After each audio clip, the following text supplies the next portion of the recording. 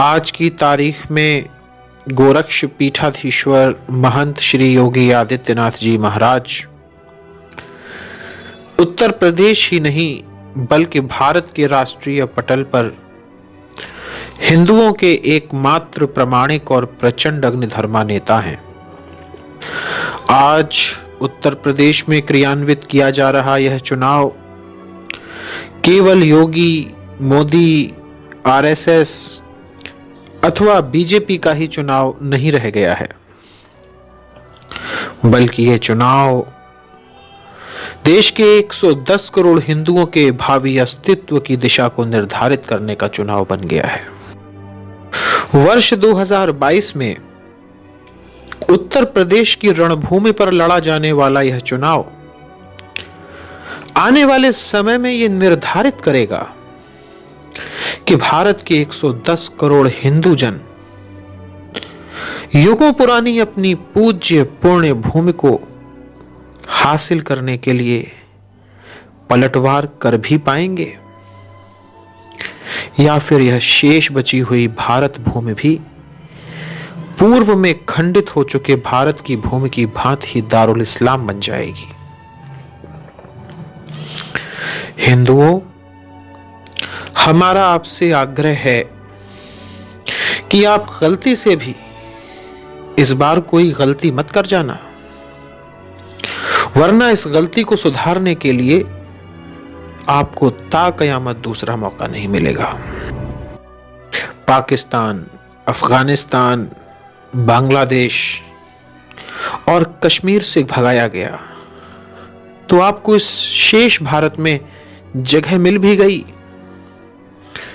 लेकिन सोचिए और विचार कीजिए कि यदि किसी दिन आपको यहां से भी भागना पड़ गया तो फिर आपको कहां पर जगह मिलेगी। पूरी दुनिया के अंदर कौन सा ऐसा देश होगा जो आपको शरण देने के लिए अपने दरवाजे खोलेगा। मेरे प्यारे हिंदुओं, याद रखिए कि यहां से भागने पर आपको हिंद महासागर के अलावा दुनिया के अंदर कोई दूसरा स्थान शेष नहीं मिलेगा। आपको याद होना चाहिए कि वर्ष 2017 तक उत्तर प्रदेश की पहचान एक दंगाई प्रदेश के तौर पर होने लगी थी, लेकिन योगी जी ने अपने सुशासन से मात्र 5 वर्षों के अंदर इन सब पर पूर्ण विराम लगा दिया और राज्य के अंदर एक भी दंगा नहीं होने दिया। आज योगी जी के इस सुशासन की चर्चा भारत से अधिक विदेशों में होती है। आज योगी जी का उत्तर प्रदेश मॉडल न केवल उत्तर प्रदेश के लिए बल्कि इस देश के लिए भी बहुत जरूरी हो गया है।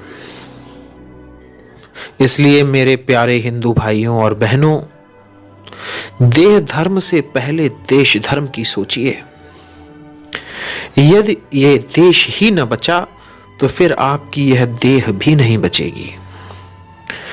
इसलिए आपको हर स्थिति में योगी जी का न केवल चयन ही करना है बल्कि उनको पहले से भी अधिक प्रचंड बहुमत के साथ विजयश्री दिलवाना है। आपके द्वारा ऐसा करना आने वाले समय में उन्हें और बड़ी जिम्मेदारी संभालने के लिए अपने प्रतिनिधि के रूप में प्रस्तुत करेगा। इसके अलावा योगी जी की विराट विजय से देश के केंद्रीय नेतृत्व के पास भी यह संदेश पहुंचेगा कि आज हिंदू समाज की प्राथमिकताएं क्या हैं।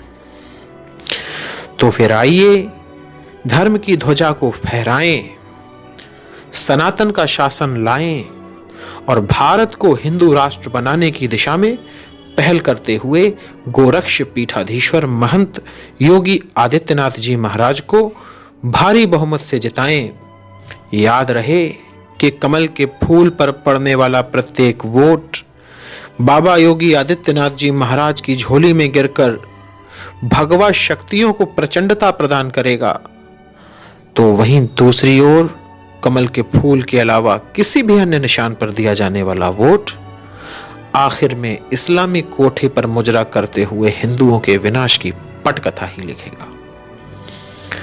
संदेश साफ है, जो योगी के साथ हैं वो धर्म के साथ हैं, और जो योगी जी के अलावा किसी भी अन्य व्यक्ति के साथ हैं, दल के साथ हैं, संगठन के साथ हैं, वो सीधे सीधे अधर्म के पक्षधर हैं और इस पुण्य भूमि, पुण्य राष्ट्र एवं सनातन धर्म के गद्दार हैं।